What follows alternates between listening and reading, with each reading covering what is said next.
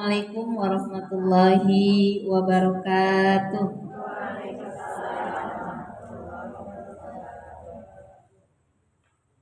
Innal hamdalillah nahmaduhu wa nasta'inuhu wa nastaghfiruh wa na'udzu billahi min shururi anfusina wa min sayyiati a'malina may yahdihillahu fala mudhillalah wa may yudhlilhu fala hadiyalah. Asyhadu an la ilaha illallah wa asyhadu anna Muhammadan 'abduhu wa rasuluh la nabiyya ba'dah. Allahumma rabbi shrah li sadri wa yassir li amri wahlul 'uqdatam min lisani yafqahu qawli waj'al li waziran min ahli la haula wa la quwwata illa billahil aliyyil azim. Para asatizah yang saya sayangi, yang saya kagumi, yang saya takzim pada sahabat-sahabat semua yang membantu dakwah saya di jalan Allah ini.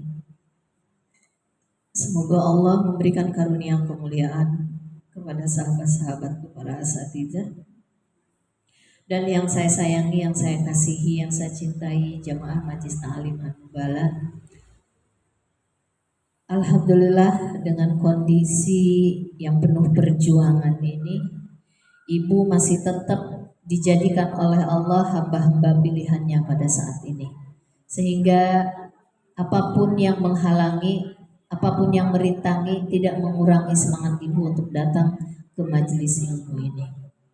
Oleh karena itu mari kita memuji Allah dengan ucapan Alhamdulillahilladzi bi ni'matihi tatimmus shalihah.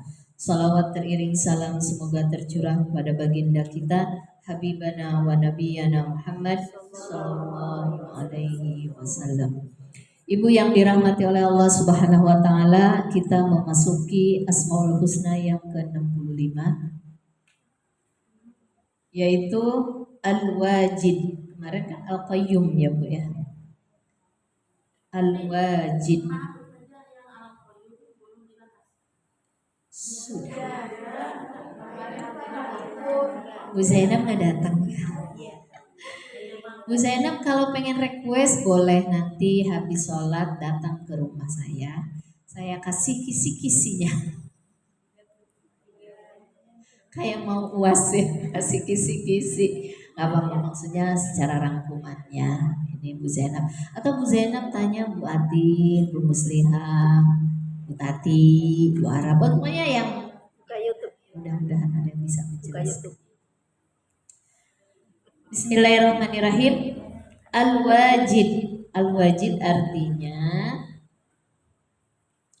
walladzi la ya'uzuhu syai', yaitu Allah Al-Wajid ya Bu ya, yang keinginannya itu selalu terlaksana, yang selalu memperdapati. Apa ya bahasa Indonesianya? Saya juga agak sulit memaknai yang bahasa bakunya gitu, enak didengarnya gitu.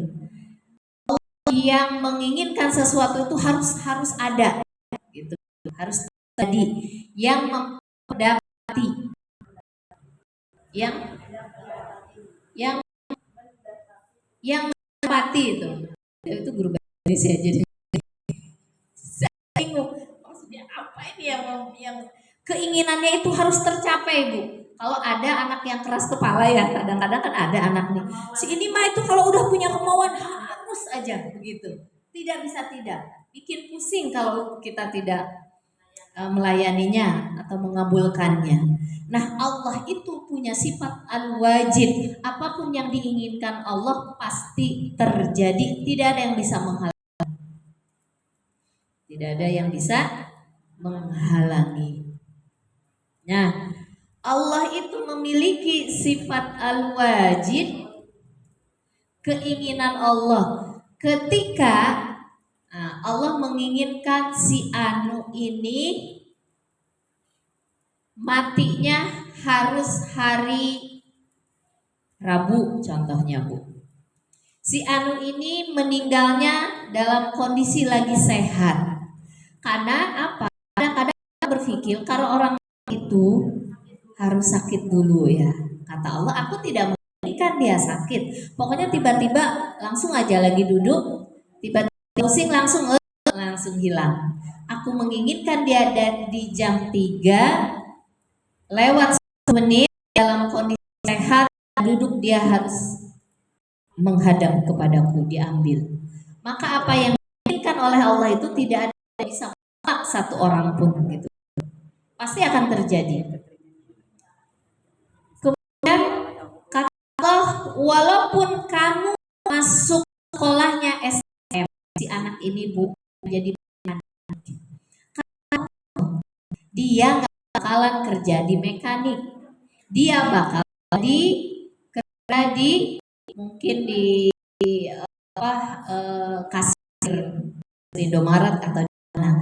Ketika dia selesai STM, tiba-tiba dia nyari kerjaan yang ada nawarin jadi kasir, maka bakal jadi kasir. Jadi apa yang diinginkan oleh Allah itu pasti terjadi gitu Bu. Walaupun manusia menginginkan yang lain. Saya tanya kepada saudara saya, iparnya, adiknya kakak ipar saya, sekolah jurusan usuluddin dakwah Bu. Tapi kerjanya bidang suka lukis itu apa? Ini mendesain. Jadi dia di percetakan untuk mendesain apa namanya, kalau ada orang mau dikasih kenang-kenangan itu didesain sebagus mungkin. Saya bilang, kok kamu jurusan dakwah jadi ke situ, kenapa jadi mencel? Kata Allah, aku menginginkan dia jadi kerja di bagian desain walaupun dia jurusannya dakwah. Karena banyak orang kuliah tidak sesuai dengan jurusan, tapi kebanyakan ada yang emang di jurusannya. Tapi kan banyak juga yang keluar dari jurusannya. Padahal orang tuanya, dia dan sebagainya pengennya di situ, tapi pas bekerja apakah selalu harus di situ? Artinya ketika Allah menginginkan sesuatu, tidak ada seseorang yang bisa menghalangi dan tidak ada seseorang yang bisa menolaknya. Di situ aja jadinya. Oh, berarti emang semua udah diatur takdir oleh Allah Subhanahu wa ta'ala. Tapi beda dengan manusia, Bu. Ketika kita pengen anak kita ahli agama ya, kita usahain dia ngaji sana ngaji sini, masuk pesantren ini. Ujung-ujungnya, aku nggak ini jurusan agama. Ya, mama kan pengennya ini. Jurusannya bukan agama, Bu. Jadi emang ternyata kalau aku akan arahkan dia sesuai dengan bakat dan minatnya. Ya, bakat dan minatnya. Kita tidak tahu minat anak kita, sehingga kita masuk sesuai dengan keinginan kita. Kata Allah, aku enggak. Menurut aku pengen dia itu masuknya ke sebelah sana. Kita ngarahin dari kecil ke sebelah sini. Apa yang terjadi? Kemauan Allah lah yang akan terjadi, akan terlaksana begitu. Gitu Bu ya. Jadi antara kemauan Allah yang tidak bisa diganggu gugat dengan kemauan kita, yang kemauan kita itu rapuh. Kecuali orang yang bisa mendekati Allah Subhanahu wa ta'ala, kecuali orang yang takwa, itu akan sejalan dengan keinginannya Allah. Orang takwa itu bukan sejalan. Maka orang yang menemukan Ruhul Kudus di dalam dirinya, ya Bu ya, juru nasihat yang ada dalam kolbunya, di dalam dirinya, kan berarti orang takwa dia. Maka dia akan menemukan bakat minat hidupnya. Nah itu baru akan sejalan dengan Allah Bu. Karena Allah yang tahu langsung. Apa Bu ayatnya? Al-Baqarah ayat 286. Wattaqullah wa yu'allimukum. Kalau orang itu akan diajarkan oleh Allah. Artinya apa? Apa yang diinginkan dengan apa yang diinginkan oleh Allah itu akan sejalan. Gitu. Nah tapi kan tidak orang jadi orang tua. Kadang-kadang orang tua pengennya kan keren kalau jadi dokter ya, dimasukin ke kedokteran. Padahal si anak buahnya bukan di situ. Nah, ketika dia bekerja bagaimana? Dia bernyanyi. Kalau bukan bakat minatnya, seorang anak tidak akan bernyanyi kerjanya. Mungkin nama keren ya, penghasilan bagus, tapi hatinya tidak bernyanyi. Ketika dia akan klop dengan sesuatu sesuai bakat minatnya, pasti dia senang bernyanyi. Akhirnya yang ini digeluti, yang ini tetap digeluti, ya. Tapi dia akan bernyanyi dengan sesuai dirinya. Nah itu, nah itu pasti akan sejalan keinginannya Allah kita. Tapi kadang-kadang keinginan Allah itu tertutupi oleh hawa nafsu. Tapi ada sesuatu yang ketika Allah menginginkan itu tidak akan ada yang bisa menolaknya. Gitu. Ya kata Allah, kamu lahirnya hari ini. Kata dokter, ini lahirnya kayaknya bulan ini deh, selain disesar ya. Ini normal gitu maksudnya. Kata dokter nih perkiraan 2 minggu lagi. Tiba-tiba 2 hari kemudian kontraksi lahirlah. Kata Allah karena emang harus jadwalnya 2 hari lagi. Al-wajid. Al-wajid itu ada di dalam Al-Quran. Allah menerangkan tentang keadaan Nabi yang paling sabar. Inna wajadnahu sabir. Sesungguhnya Allah menemukan Nabi Ayub. Nabi Ayub yang kita akan ceritakan. Inna wajadna diambil dari kata wajada. Ini al-wajid yang selalu mendapati. Sesungguhnya wajada, aku mendapatkan, aku menginginkan. Innahu sabiro, sesungguhnya Nabi Ayub itu adalah hambaku yang sabar. Nikmal abdu, di antara nikmat yang paling tinggi, hamba yang paling mulia kata Allah. Nikmal abdu, sehebat-hebatnya, sebagus-bagusnya hamba gitu ya. Innahu awwab, karena Nabi Ayub selalu kembali kepada Allah. Apa bu awwab? Salat awabi, tawabi, apa? Karena Nabi Ayub itu selalu kembali kepada Allah. Apa juga awwab, innahu awwab. Karena Nabi Ayub itu segala sesuatunya selalu dikembalikan kepada Allah, selalu ingin mendekati Allah dan selalu bertobat kepada Allah. Nah, maka Allah memuji orang-orang yang suka bertobat. Salah satunya adalah hambanya, yaitu Nabi Ayub. Nabi Ayub ini selain dipuji karena selalu bertobat kepada Allah, dia sabro kata Allah. Inna wajadnahu sabiro. Sesungguhnya kami menemukan, mendapati lah ya, kalau bahasa Indonesia gitu ya, Teli ya. Mendapati Nabi Ayub itu nabi yang sangat sabar. Jadi di Al-Quran yang diabadikan oleh Allah nabi yang paling sabar adalah Nabi Ayub alaihi salam. Kenapa Nabi Ayub didapati nabi yang paling sabar di antara makhluk Allah yang diabadikan di dalam Al-Quran, terkenal sekali Bu? Karena ketika Nabi Ayub dikasih kekayaan, waktu itu nabi yang paling kaya di daerah itu, di negeri pada masa itu. Selain kaya, dia juga memiliki keturunan yang banyak. Udah kaya, anak-anaknya banyak, kemudian punya jabatan, punya segala-galanya Nabi Ayub ini Bu. Tidak ada yang bisa mengalahkan. Tetapi ini Bu, walaupun dia punya serba ada, ya harta ada, anak, istri, anaknya cantik-cantik, ganteng-ganteng, istrinya luar biasa Bu, hartanya jangan ditanya, rumahnya mewah, segala macam ada gitu. Tapi dia lupa kepada Allah. Dia terus bertasbih, dia terus beribadah. Tidak ada yang bisa mengalahkan ibadahnya Nabi Ayub pada saat itu. Padahal harta kekayaannya melimpah ruah. Kemudian karena Nabi Ayub itu selalu bersyukur, selalu kembali bertobat kepada Allah, maka Nabi Ayub ini selalu dijadikan bahan perbincangan oleh malakut, alam malaikat. Malaikat bersolawat kepada Nabi Ayub. Malaikat mendoakan Nabi Ayub.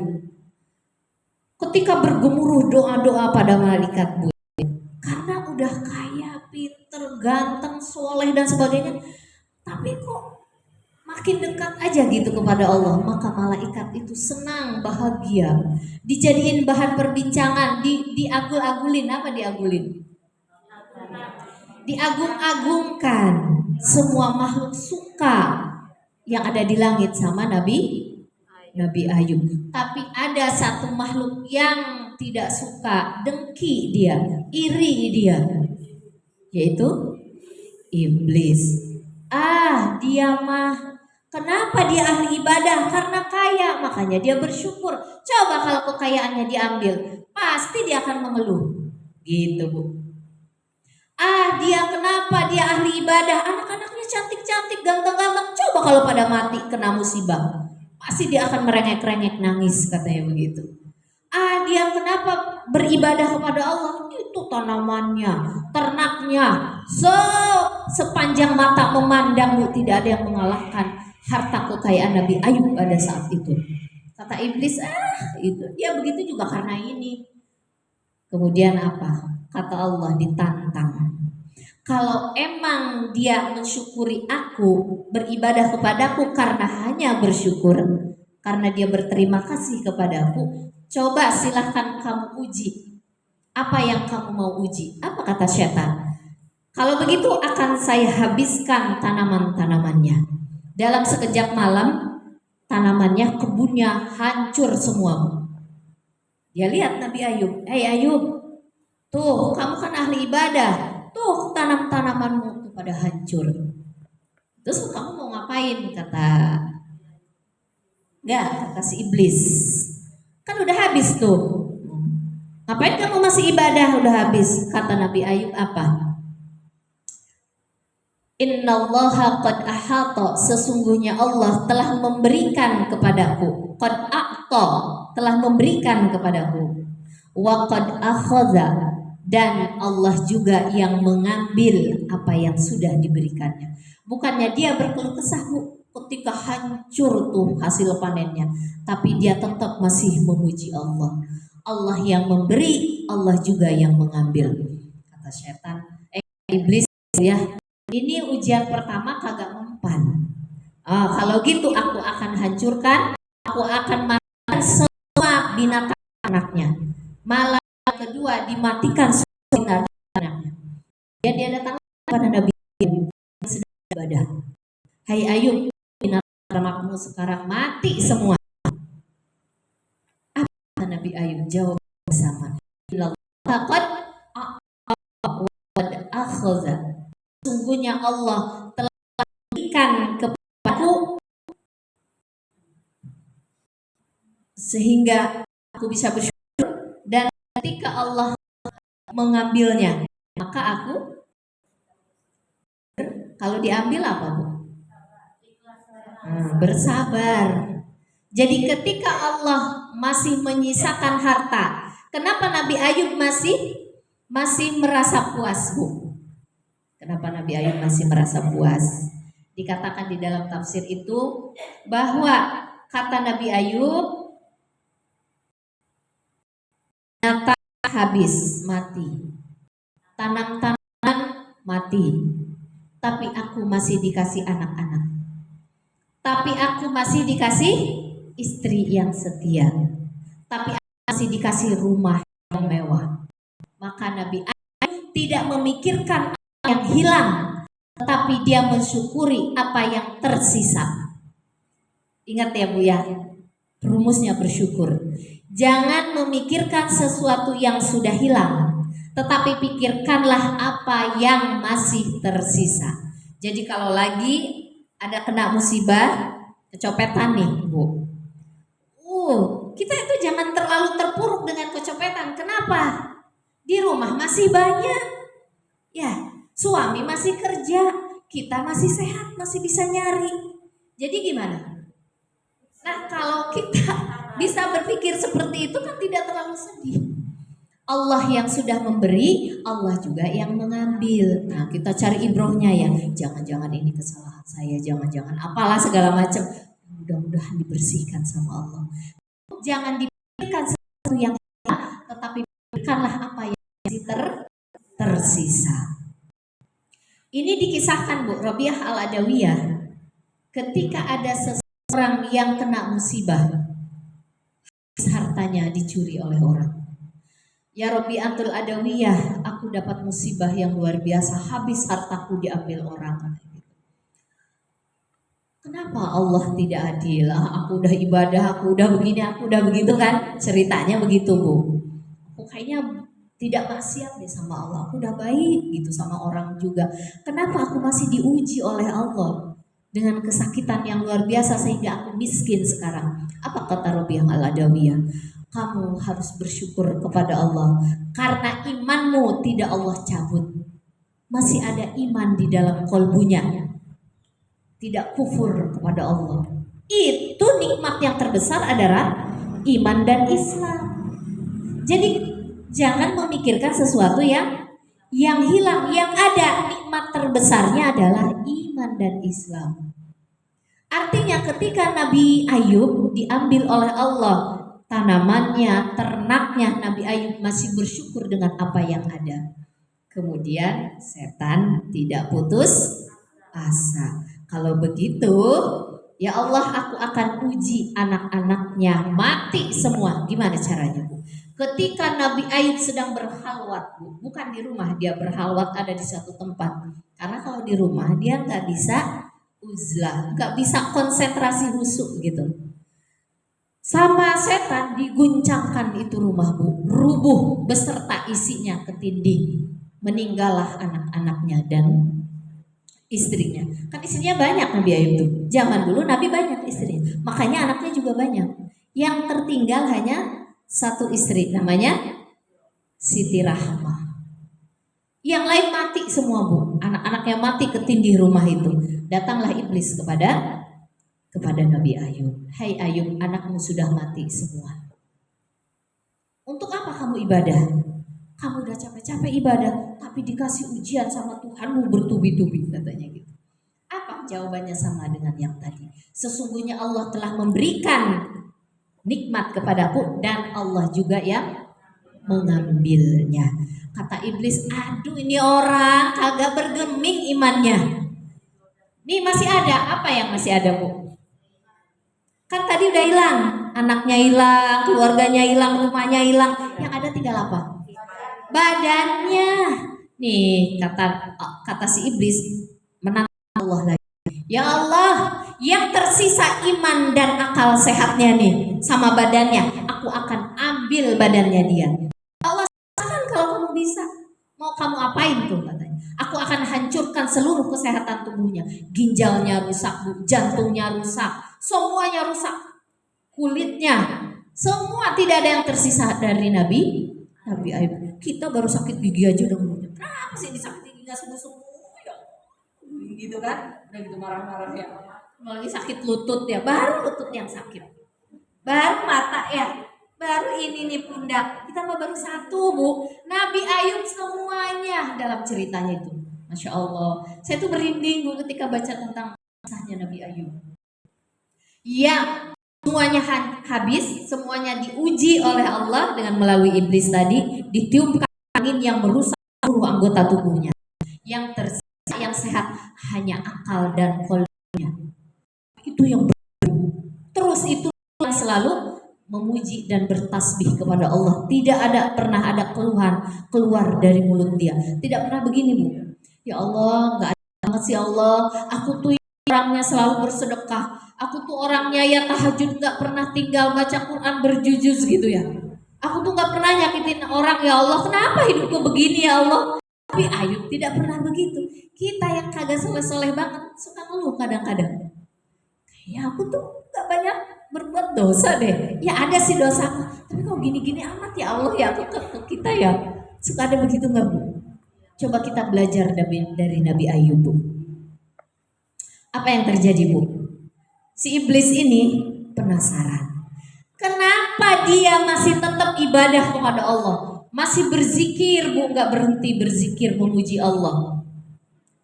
Akhirnya iblis kan putus asa, tapi sebelum dia putus asa, dia kumpul seluruh pasukan namanya pasukan namanya siapa? Setan. Setan yang berbentuk dan setan yang berbentuk manusia. Yang berbentuk manusia seperti apa? Orang di sekelilingnya jijik melihat Nabi Ayub.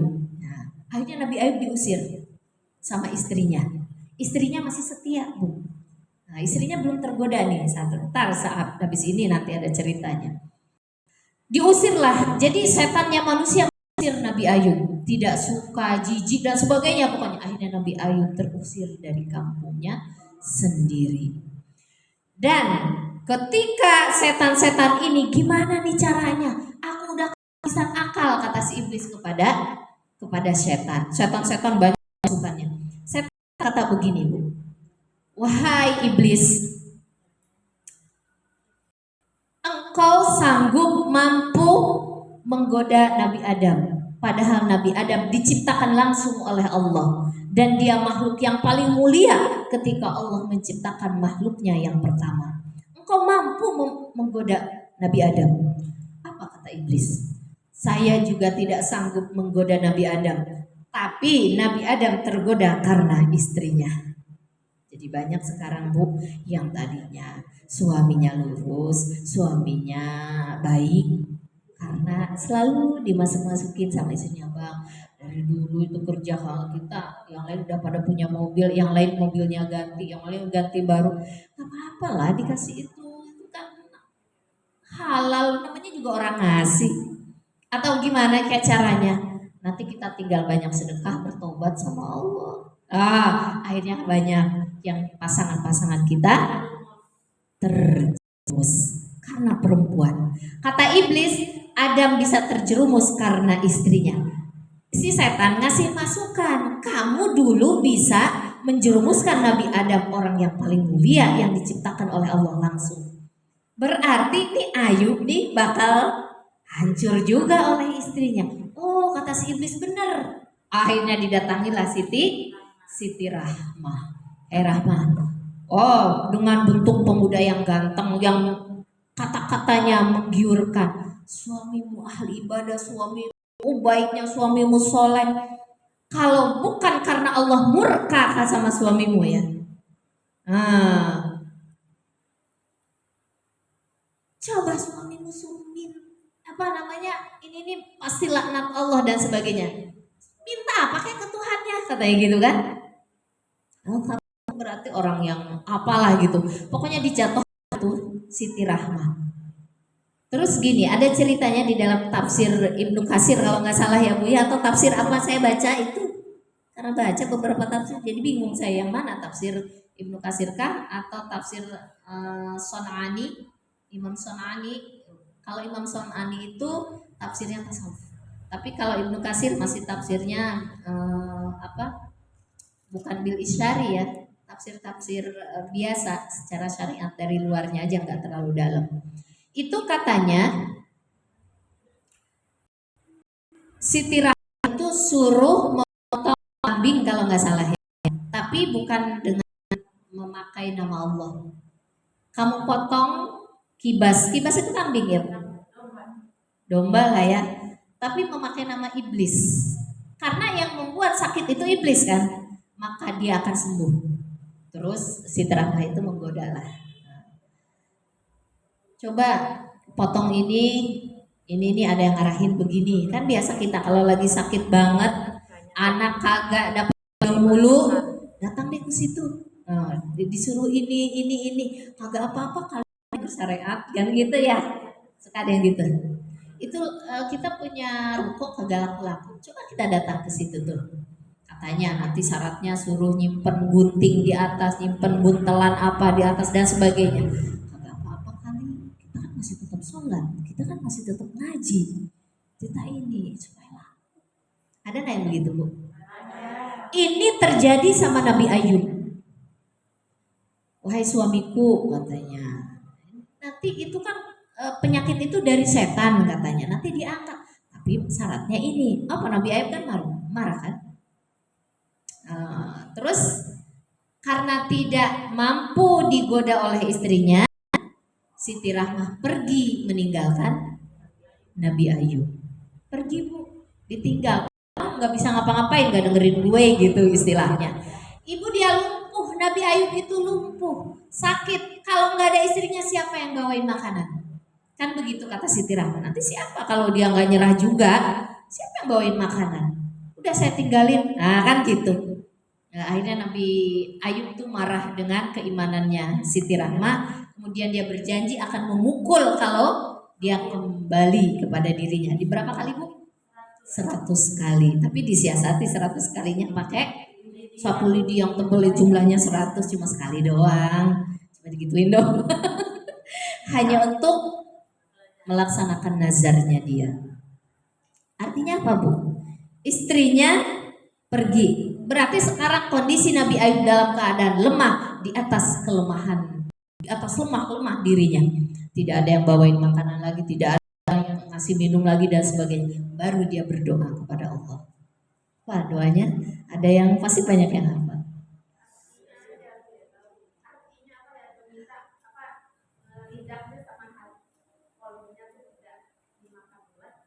Ya, itu ketika dia baru dapat musibah kena penyakit. Ya Allah, jangan Engkau cabut lisanku untuk berzikir kepadamu dan hatiku untuk berzikir kepada Engkau. Maka Allah sehatkan akal sama kalbu dan lidahnya. Tapi ketika dia di atas kelemahan dalam kelemahannya, itu ada doanya dalam Al-Quran. Surat apa ya bu? Rabbi massaniyad durru wa anta arhamur rahimin. Allah, aku ini dengan kondisi yang sangat lemah, yang sangat tidak berdaya. Massaniyad durru gitu. Massaniyad durru itu artinya nggak bisa ngapa-ngapain gitu. Rabbi massaniyad durru wa anta arhamur rahimin. Dan engkau adalah zat yang maha penyayang di atas segala siapapun yang penyayang. Cuma gitu doang bu doanya, nggak minta ya Allah sembuhkan kulitku, ya Allah sembuhkan jantungku, ya Allah ini sakit. Enggak, dia nggak pernah mengeluh begitu Nabi Ayub itu. Rabbi massaniyad durru wa anta arhamur rahimin. Ibu, kalau kita lagi di sama orang bu, serahkan aja sama Allah doa seperti itu. Rabbi massaniyad durru wa anta arhamur rahimin. Allah lebih tahu apa yang harus Allah lakukan. Saya coba, nggak lama terjadi emang. Iya, coba nanti cari ya. Robbi masniyadhu wa anta arhamur rahimin. Setelah itu Allah suruh malaikat, kemudian kakinya dihentakkan di air, ya. Kemudian sembuh semuanya. Dan Allah kembalikan bu, dikembalikan badannya lebih gagah, lebih tegak, lebih tampan daripada sebelumnya. Allah kembalikan anak-anaknya lebih cantik-cantik, lebih ganteng-ganteng. Allah kembalikan istrinya. Istrinya lebih sayang sekarang, yaitu Siti Rahmah, dengan dipukul dulu 100, bukan 100 kali, 100 lidi satu kali. Kalau ibu punya nazar ke anak nih, apa gitu, disiasati bu, jangan sampai menyakitkan atau ke suami. Ini artinya apa bu? Nah setelah ini Nabi Ayub itu setelah kembali sudah, kemudian dia dijadikan oleh Allah sebagai hujahnya Allah di yaumil kiamah. Nanti di yaumil kiamah ada orang yang malas ibadah gara-gara kena musibah. Ya Allah, saya ini kenapa nggak sholat ya Allah? Karena saya sakit ya Allah. Kenapa ya Allah saya nggak zikir? Karena saya sakit, menahan sakit nih ya Allah. Maka Allah akan berhujah dengan hujahnya Nabi Ayub. Kamu lihat Nabi Ayub, seluruh tubuhnya hancur dengan penyakit, tapi dia tetap berzikir, dia tetap beribadah kepadaku. Berarti alasan kamu itu modus, tidak diterima oleh Allah. Walaupun dia kena sakit, walaupun dia kena ujian seperti tadi, dihilangkan jabatannya, dihilangkan hartanya, dihilangkan semuanya. Tidak ada alasan untuk tetap beribadah kepada Allah. Maka yang akan dijadikan hujah itu para nabi semuanya, dan yang terkenal adalah dua nabi yang dijadikan hujah di yaumil kiamah. Yang pertama Nabi Ayub, yang kedua Nabi Sulaiman. Semua nabi dijadikan hujah umatnya. Tapi kenal dulu. Satu Ayub. Kalau lihat orang yang kena musibah, lihatlah Nabi Ayub. Nabi Ayub masih bisa ibadah, rajin ibadah, tetap ibadah. Yang kedua Nabi Sulaiman. Ya Allah, aku ini ibadah apa? Aku kekurangan duit. Jadi aku tuh Tuhan karena aku miskin. Mikir besok makan apa gitu kan? Ya. Kata Allah, itu Ayub ya. Ini ada itu udah request sama semuanya. Ada ya Allah, ya Allah. Saat ini orang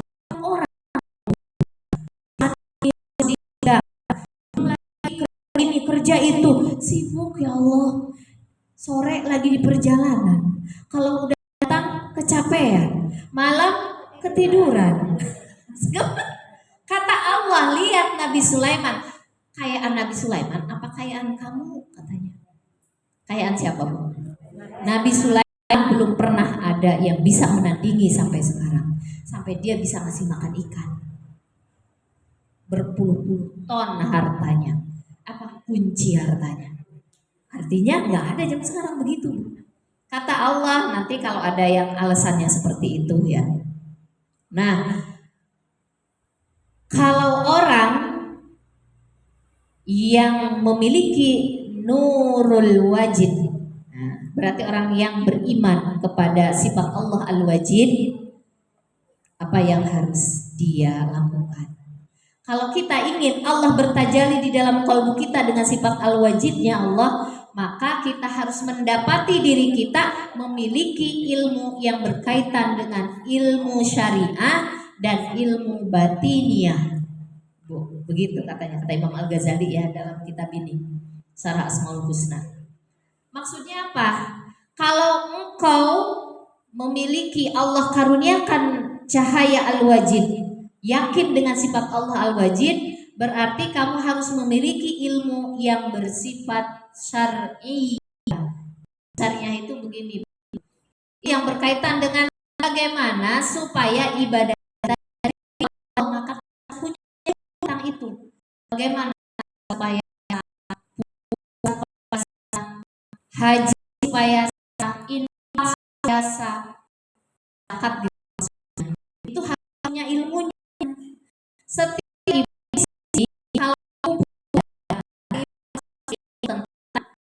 dagang supaya dagang kita diterima oleh Allah cara-cara. Karena nggak mengerti cara berdagang, akhirnya apa yang terjadi? Bukan, contohnya seperti ini, Bu. Kadang-kadang kalau lagi nimbang seenaknya, masih goyang udah diangkat. Karena nggak ngerti, harusnya udah tek di itu tuh 1 kilo gitu. Jadi kalau masih goyang kan belum jelas. Karena nggak ngerti ilmunya, akhirnya udah diangkat aja masih goyang. Nah kalau disengaja beda lagi itu mah dia udah fasik. Ini nggak ngerti.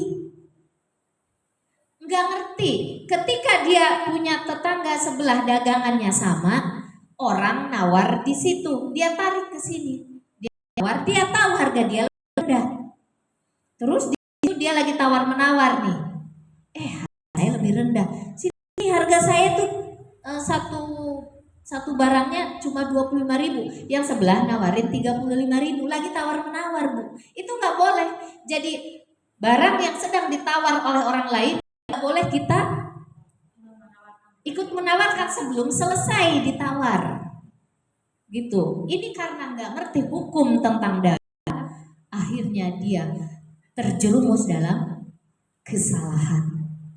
Jadi apa maksudnya kalau orang memiliki nurul wajid ini, dia harus memiliki ilmu tentang bagaimana supaya ibadah dia diterima oleh Allah, kemudian ilmu tentang pekerjaannya dia juga diterima oleh Allah, sah gitu Bu. Itu secara lahiriah, syariah. Nah, selain secara syariah, kita harus belajar ilmu secara batiniah. Mungkin Bu, sholatnya benar sah menurut Allah, menurut hukum fikih. Jual belinya sah, hanya sah, infaknya sah, bagus gitu Bu. Tidak salah, benar semua. Ibu sholatnya benar, Allah, kabarnya bacaannya udah sampai salam. Jadilah seperti kilatan cahaya. Kalau ibadah kita sah, Bu, ibadah kita bercahaya. Tapi ada satu lagi, belum tentu ibadah ini diterima oleh Allah. Itulah kita harus belajar tentang ilmu batiniah. Sholat kita Bu udah benar, udah rajin tahajudnya, duhanya, sholat fardunya tepat waktu, infak sedekahnya bagus, puasa sunnah, baca Qurannya juga tartil, nggak kurang itu hukum gunnah panjang pendeknya, nggak kurang, bagus semua. Tapi itu baru satu dari segi lahiriah. Nah sekarang kita akan menginjak ke batiniahnya. Batiniah ini yang menentukan amal ibadah kita itu diterima atau tidak oleh Allah. Kalau lahiriah yang menentukan sah tidaknya ibadah kita, tuh Bu. Jadi dalam mempelajari hukum-hukum tentang ibadah kita sehari-hari, kehidupan kita, ada yang secara batiniah, ada yang secara lahiriah. Mungkin secara lahiriahnya benar, diangkatlah oleh Allah, oleh malaikat.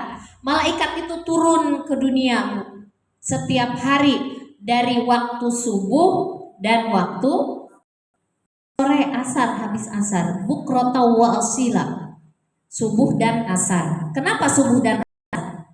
Karena ketika subuh malaikat turun naik, ya kan, untuk menilai kita, diangkat sore, diserahkan kepada Allah. Nah kalau sudah sah, itu amal ibadah kita itu seperti cahaya Bu. Nah kalau sudah sah, tetapi dia harus melewati 7 tingkatan langit. Dan 7 tingkatan langit itu dijaga oleh langit pertama dijaga oleh malakul ghibah. Langit kedua dijaga oleh malakul banggadiri. Langit ketiga dijaga oleh malakul kibria, takabur. Langit keempat ria, langit kelima yang lain terus sampai langit ikhlas. Maka ketika amal kita dibawa mau menghadap Allah, kata malaikat malakul ghibah, tunggu sebentar, saya mau ini catatan ghibahnya, sholatnya udah benar, infak sodakohnya udah banyak, ngaji ke majlis taklim an-nubalah, tapi dia ngegibah, ngomongin orang. Kata malakul ghibah, lemparkan ke mukanya orang itu amal-amalannya yang sudah benar tadi. Dilempar, tidak sampai ke langit yang kedua. Ini mau harus menuju Allah, harus melewati langit yang ketujuh. Bagaimana supaya diampuni oleh Allah dan melewati langit yang pertama? Ketika kita habis membicarakan orang lain, menggibah orang lain, ngomongin orang, kita harus banyak bertobat kepada Allah. Ya Allah, tadi saya membicarakan orang, ya Allah, mohon ampun kepada Allah, karena kita pengen ngomongin tapi suka kadang-kadang nyeletuk ya Bu ya, nyeletuk aja gitu. Si Anu begini, iya, padahal kita nggak pengen tadinya. Bawa itu temen ngomong begini, iya begini. Ketika kita banyak bertobat kepada Allah. Ketika kalau bertobat luruh tuh dosa-dosanya, penghalangnya diangkat oleh Allah, naik lagi ke langit yang kedua, dosa gibahnya diampuni oleh Allah kalau kita tobat. Tapi kalau nggak tobat, itu nggak bakalan, masih ngendep aja Bu di bawah. Lemparkan ke mukanya dia.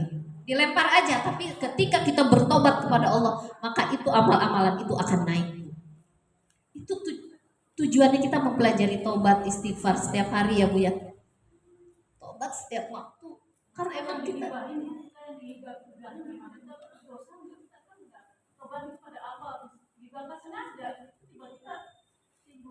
iya, kalau tidak menjerumuskan nama dia buruk, kalau menjerumuskan nama dia jadi rusak, kita harus minta maaf sama beliau. Ada yang tidak usah menyebutkan karena sulit, jauh, tidak ketemu orangnya atau sudah meninggal, kita doakan dia aja.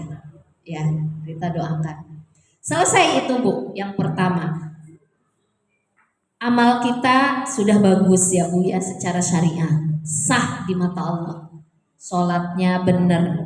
Tapi bajunya ngambil punya orang lain. Hasil dari mencuri, hasil dari curang jualan kita, dipakailah sholat.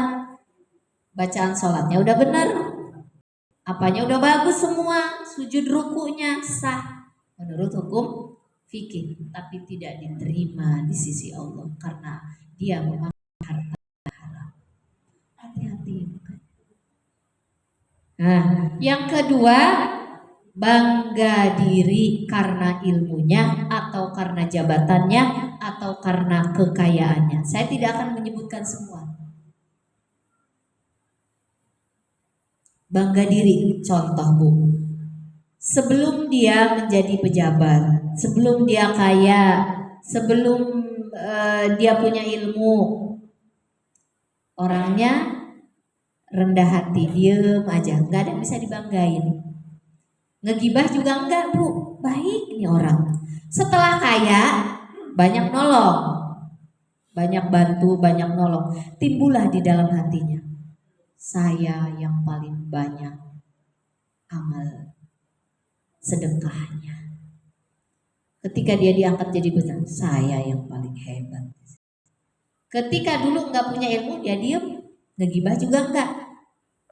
Jadi dia sukses melewati malakul gibah. Tapi di malakul yang kedua dilihat dulu. Sekarang dia punya ilmu. Setelah dia punya ilmu, dia ngerasa paling pinter, paling hebat, paling bisa diandalkan. Ini mah pelajaran buat saya Bu. Makanya saya bilang saya takut dengan diri saya sendiri. Paling bisa diandalkan, paling bagus, paling pinter gitu. Ketika ada merasa seperti itu, maka oleh malakul yang kedua itu lemparkan ke mukanya dia. Tapi ketika kita merasa tahu diri kita pernah memiliki kebanggaan seperti itu, apa Bu obatnya? Tobat, istighfar, mohon ampun kepada Allah. Maka kalau kita sudah mengakui kesalahan kita dan kita nyesel, ya Allah, saya nggak pengen begitu ya Allah, tapi tadi tuh karena diajak ngobrol bareng-bareng kok timbul rasa bangga saya. Dia tersungkur sujud di hadapan Allah, ya Allah ampuni, astagfirullah, nyesel, saya nggak pengen lagi melakukan itu. Kadang-kadang kita suka kepleset lagi ya Bu ya. Kata Allah, sebanyak apa kamu melakukan perbuatan dosa, sebanyak yang kamu lakukan pertobatan di hadapan aku akan selalu terbuka tanganku. Kamu siang melakukan maksiat, malam bertobat, aku terima taubat. Malam kamu maksiat, siang memohon ampun, aku terima taubat. Hanya disitulah harapan kita kepada Allah Bu. Karena kita makhluk yang lemah, tapi tidak berhenti kita untuk bertobat, mohon ampun, istighfar, mohon ampun dan menyesali apa yang sudah kita lakukan. Yang ketiga, malakul kibriya, sombong. Kalau tadi bangga, sombong kagak. Bedanya apa Bu? Ada yang tahu Bu? Bangga itu 11-12. Bangga itu awal dari kesombongan. Awal baru merasa bangga diri. Tapi kalau sombong sudah merendahkan orang lain. Kalau yang pertama mungkin dia tidak merendahkan orang lain. Tapi kalau udah sombong, tidak menerima kebenaran, batarul haq wa ghamtun nas. Tidak menerima kebenaran dan suka merendahkan orang lain. Ah, gitu aja. Gak bisa. Nah, ke suami atau ke temen ya. Baru datang dia. Paling dia mah begini, kenapa dia begini? Paling dia mah gitu tuh karena deketin atasannya atau mungkin nyogok apalah, ada iri dengki, kemudian mata kabur dirinya merasa lebih baik sehingga perbuatan orang tadi disalahkan sama dia. Dia kan orang senior, orang junior, dia orang baru, bisa apa dia? Padahal yang junior ini ilmunya lebih banyak daripada dia nggak mau nerima masukan-masukan dari orang. Ini biasanya orang sombong begitu, nggak mau nerima kritikan dari orang, nggak mau nerima masukan dari orang, merasa dirinya lebih benar daripada orang lain, dan orang lain itu ya tidak ada apa-apanya gitu, nggak salah lah gitu, tidak sesuai dengan diri. Nah ini artinya 3 aja ya, yang selebihnya kan nggak ikhlas, ria itu. Jadi ketika kita memiliki nurul wajid, Bu, ilmu batiniah itu harus kita miliki. Supaya apa? Supaya ibadah kita itu bisa sampai kepada Allah, bukan hanya sah. Saya suka begini, ya Allah, mungkin sah aja nggak nyampe ya. Ini udah nyampe sah aja, masih ada lagi perhitungannya di mata Allah. Kemarin Bu, saya bercerita tentang niat sedikit mas, kajiannya bukan tentang niat. Allah itu melihat apa yang di hati. Kalau ibu sholat kagak niat, ibu sholatnya cuma gini aja, usalli pada zuhrian barokaatin, pikirannya kemana-mana, nggak ke hati. Itu sama dengan sholat nggak niat. Selesai pada nanya, saya suka begitu Bu, saya nggak diterima. Makanya kita harus punya ilmunya tentang apa aja yang benar. Kita kan suka gitu aja, saya niat sholat asar 4 rakaat tapi nggak di hati, di sini doang, kedengeran sama kuping. Niat itu di sini Bu, di sini itu sunnah untuk menguatkan doang. Yang pertama harus di dalam dulu. Apa di dalam? Saya niat sholat asar, walaupun ininya diem. Saya niat sholat asar. Allah, ketika Allah itu niatkan kita. Sebelumnya kita niat, ketika Allah juga dikuatkan sampai menusuk, menancap ke dalam hati, baru sah sholat kita. Tapi kalau enggak masuk ke dalam kolbu, enggak sah sholat kita. Jangan-jangan saya suka berpikir, ya Allah, selama ini jangan-jangan sholat saya dulu ya. Jadi sekarang kalau sholat itu benar-benar fokus ke kolbu dulu, niat minimal sah dulu syariatnya kita. Belum lagi batiniahnya tadi apa?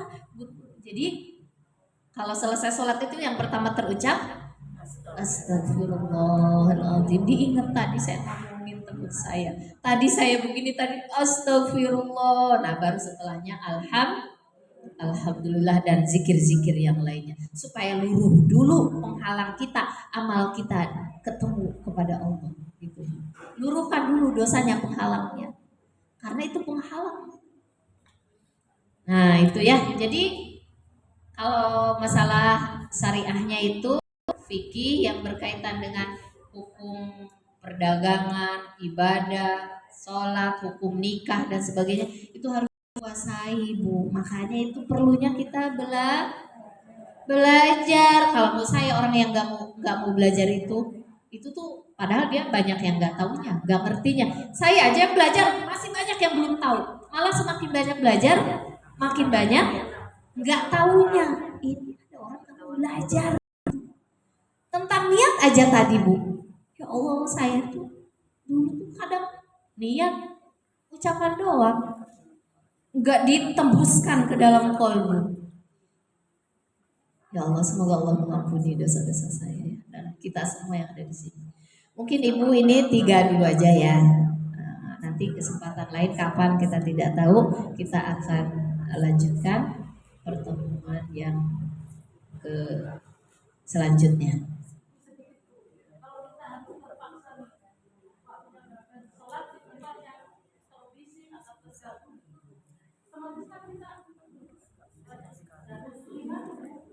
Kalau hati nggak bisa dibohongi Bu. Hati itu tetap akan nyantel. Yang akan terganggu itu pendengaran, penglihatan, pikiran. Itu akan tetap denger. Makanya kalau sholat itu kan denger kan. Khusyuk itu artinya tidak mendengar apapun. Salah Bu. Khusyuk itu tetap ngedenger Bu. Cuma hati connect ke Allah. Gitu, hati connect ke Allah Bu. Ini mah tetap bising denger, ada yang nyanyi di luar yang ngamen tuh, asik ya suaranya. Tetap denger. Ya tapi hatinya ini. Ya kita kan lagi belajar sholat, kalau bisa ibu yang ada waktu di hari Senin sama Kamis, coba usahakan untuk datang ya Bu ya. Kita lagi materinya tentang sholat yang ada waktu, yang tidak ada uzur syar'i. Tentang sholat Bu. Nah supaya sholat kita terperbaiki dan kualitasnya meningkat gitu, lebih baik. Dan kita rujukan intinya dari Ihya Ulumuddin dan ditambah dengan kitab-kitab yang lain. Kalau ibu mau baca gitu, oh ini sholat, bab sholat ya, karya Imam Al-Ghazali. Dari saya cukup sekian, mohon maaf bila mana adalah hal-hal yang kurang berkenan, yang hak datangnya dari Allah, yang batil dari diri saya sendiri. Wallahu muwaffiq ila aqwamit thoriq. Wassalamualaikum warahmatullahi wabarakatuh.